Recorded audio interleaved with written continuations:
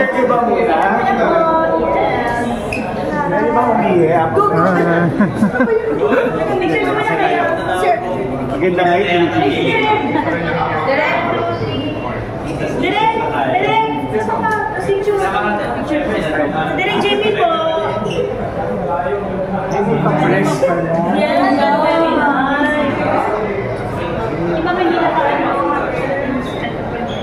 Buti naman napaunlakan niyo po kami. Maraming salamat. Kailangan po namin ng inyong suporta. Number 2 lang po sa balota. Nag-flyering kami ay number 1. Nag-flyering na kami kahapon. Natutuwa naman yung mga tao po. Speech po ba ito? Ready po ba? Yung mga gusto mong tanong ng few questions, pwede po. Few lang? Hindi, naihiga na daw. Hindi, okay lang. Sige, siyaga muna. Hindi, okay lang. Basta ano? Baka mapag-usapan natin sa kaya. Okay lang. Laban. Marami na akong tiniis sa buhay ko. Wow! May good. But anyway, Marvin, Jolina, right now, ang daming mga batang nanonood ng film nyo. How does it feel na parang yung reunion ng Marjo, nagkaroon din kayo ng bagong set of fans na mga bata naman. How does it feel? Meron nga isang bata, hindi pa siya sasalita. Unang word niya, Marjo. Ganun ka bata yun na mama. Nauna pa yung Marjo sa mama. Thank you kay Noisa at saka kay JK din. At saka medyo confident din kami na yung storya makaka-relate sila eh. Kaya, thank you at nabuksan yung mata nila for XX lovers, yung mga Gen Z. Alam niya, kasi magiging honest ako eh. Dahil meron ako isang nabasa dun sa Reddit at saka dun sa mga ibang post. Bata ako doon. Or matalino ba yun? I'll be honest. Sabi kasi doon sa isang post doon na alam mo, hindi kami fan ng Marvin Jolina nung panahon namin. Kasi kaedad namin yung nag-post. Ano sila, mas Rico Claudine, mas ganon. Pero nung napanood daw nila itong pelikulang to, naging fan daw namin sila. Diba? Parang ang sarap. Parang after 30 years, tsaka nila na-appreciate yung ginawa namin.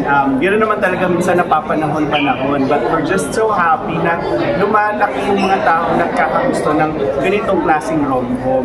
Kumbaga, 30 years namin niligawan yung mga taong na-enjoy yung pelikula namin. Ngayon, meron kaming mga bagong taong nag-enjoy sa storya namin. Kumbaga, reunion din to nung mga dati na ang tingin sa atin, di ba parang kilig-kilig lang. So ngayon, reunion din siya ng mga may pinagdaanan na rin sila, di ba? Parang kasabay din natin na pinagdaanan.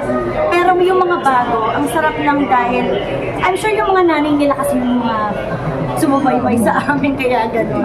At dahil din yan, ito naman, gusto rin namin i-appreciate, timpla nila Direk, nila Tonet, nila Dan, yung timpla ng Project 8 sa rom-com nung 90s, ibang klase. Kaya naman, nag-iiyakan yung mga tao. Dahil tawa-tawa, iyak, tawa-tawa, iyak. Yun ang nararamdaman. Thank you, Direk. Direk, paano nyo binalik yung Marvin, Jolina, yung kilig nila dito sa naabangan ng mga Gen Z? Hindi naman po nawala yung kilig nung dalawa, yung chemistry, parang nandiyan siya forever. Parang mas nag-mature lang sa pelikula natin. Natimpla ng tama. Galing nila, natimpla ng maayos. Curious lang kami, nung siniship nyo itong yung XX lovers, ano yung nanumbalik sa inyong dalawa na pwede nyo i-share sa amin? Ako, madami yung mga, kasi masarap talaga katrabaho si Marvin dun sa love team namin. Na-miss ko yun eh. Yung, alam mo yung, hindi mo na kailangang, uy, ito gawin natin na. Wala nang gano'n, parang automatic siya na merong connection. So, yun yung pinaka na-miss ko. Kaya nung ginagawa namin to, marami tayong mga kwentuhan yung dati, yung ganito, ganyan. Tapos, dati nga lang, kasi dati di ba, ibang-iba pa yung hindi siya digital, hindi ano. So, ibang-iba yung ngayon, mas mabilis or let's say, mas madaling ayusin if ever. Pero wala kaming naging problema sa lahat. Alam niyo si Jolina, kaya masarap siya katrabaho. pag siya tinutukan ng camera, parang bulating nilagay na kasi. Talaga ba din? Bigla na lang tumaganong gano'n.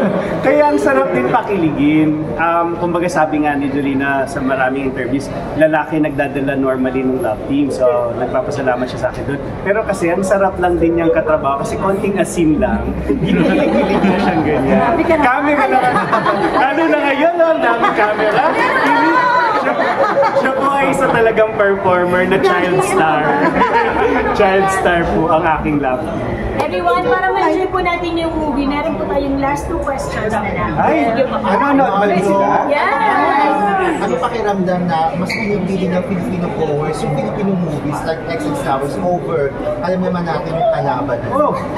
Well, ayaw naman namin competing with any films at saka mapa-foreign man to, mapapatagalog to. Basta pelikula, I think, ano siya, importante siya sa buhay ng tao because it would always resonate or it would always something like connect with us. So, mapa-foreign man yan, local, basta supportahan natin yung pelikula. Pero at the same time, nakaka-proud din, di ba? Kasi alam naman natin, hindi natin kayang lumaban sa pagkalaki-laking budget pagdating ng mga foreign films. So, ang naihahandog lang natin ay yung very humble na story, very, kumbaga masasabi namin, connected sa Pinoy yung ikinukwento natin. Kaya hindi lang siguro basta nila pinipili, mas nagko-connect siguro sila sa story ang Pilipino. Kaya ano rin eh, hindi rin kami napapagod ni Lovely mag-promote. Siguro kahit wala na yung movie, pumunta pa natin sa SM. Naglalakad nga kami dyan, no? Parang kumari na namin yung kausap namin. Jalina, bili ka nito! Parang pagbalik din yung pagiging grateful din natin. Dahil nga nagugustuhan nila yung pelikula natin, gusto namin silang, kung pwede lang isa-isahin pasalamatan, kung pwede lang isa-isahin na makuha lahat ng nagtatag sa amin at mai-post, sobrang thankful kami dahil yun naman more than sa kung ano man ang sinasabi ng iba, yung mga nanonood sa sinihan yung gusto namin marinig. At saka, I guess, isa sa pinaka-importante kasi ginagawa din natin, pinapanumbalik natin yung taong manood sa sinihan ulit. Kasi ang hirap-hirap nang gawin yon with a lot of streaming platforms, which is actually so convenient din naman at home. Pero iba pa rin yung experience sa cinema. So, any film, any film that would bring people back to the cinema, dapat magtulungan tayo. May international screenings na po ba? Oh, yes! Kaya guys, ito ang Malab team. Siyempre meron, kasi tinulungan tayo nila G at sa kanila Bojo. So meron na kaming US ulit. Meron February 21 will be North America, US and Canada. Ako ba tayo Malta? Europe, Malta, meron ding Asia, meron ding Middle East. So, worldwide ito, di ba? Mapuntahan nila. Miyasin. Sana mapuntahan talaga lahat. And yun ang goal natin. Mapuntahan. Nag-iipon lang kayo pambili ng ticket. Kayo para pambili kami ng ticket. Tapos pwede na rin kami manawagan. Baka naman. Yes, please. Yes, eto na. Now showing XX Lovers, direct. Yan, XX Lover showing na 6 weeks to Philly. Pwede. Wala ka naman 8 weeks. Supportahan niyo yung pelikula. Kasi ito nga nasabi namin, this is one of the films na nakakapagpabalik ng mga tao sa sinihan. Kailangan natin itong experience na tayo, not just for us, but when we bring our friends, our family, nakakapa-close pa siya lalo ng mga relationships natin. So, let's support all the films, lalo na ang XX Lovers. Thank you! Thank you everyone! Last picture na lang po. Photo na lang.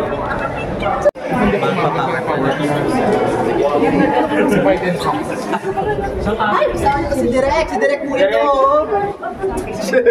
Asa yung Marshall? wala. Ito yung artista nyo, kuya, iwan nyo.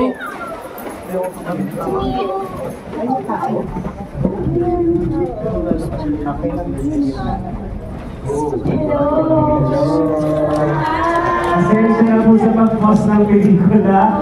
Gusto lang namin kasi magpakita ng appreciation sa inyo for watching the film today. Yes, nasa ba kayo banda? Parang nakita ko sa papasayaw na yata tayo. Oo, kasi kaya naman po pinasok pelikula dahil live na po namin gagawin. Ano ba yan? Pero thank you so much po sa oras po na iginugol niyo po ngayon. at salamat po syempre sa Cornerstone sa suporta na ito at and sana po magustuhan niyo yung pelikula and i-share niyo naman sa amin yung mga saloobin ninyo pagkatapos kasi talagang gusto akong inaalam yung mga ganon dahil ang sarap niya, sarap ng feeling. Pasensya na po kayo kung nagre-request kami ng gano'n kasi as filmmakers po, yun na lang po yung aming reward. Yes. Ang hirap-hirap at nakakaplat masyado tumalabas yung tiyan ko. Ang hirap-hirap ang buwan ng pelikula ngayon at nakakakaba po kung panonoorin ng tao. Since po nandito na kayo, sana po marami pang mga taong manood ng pelikula. Maraming salamat sa oras niyo at sana mag-enjoy kayo. Ayaw na namin kayo istorbohin para magdire-diretso na yung pelikula. Salamat po. Thank you. Thank you, Cornerstone. Thank you, Cornerstone. Dilipat lang kami ng SM Batangas. Sige, photo lang po. Thank you, everyone. Guys, wala pa ka naman natin.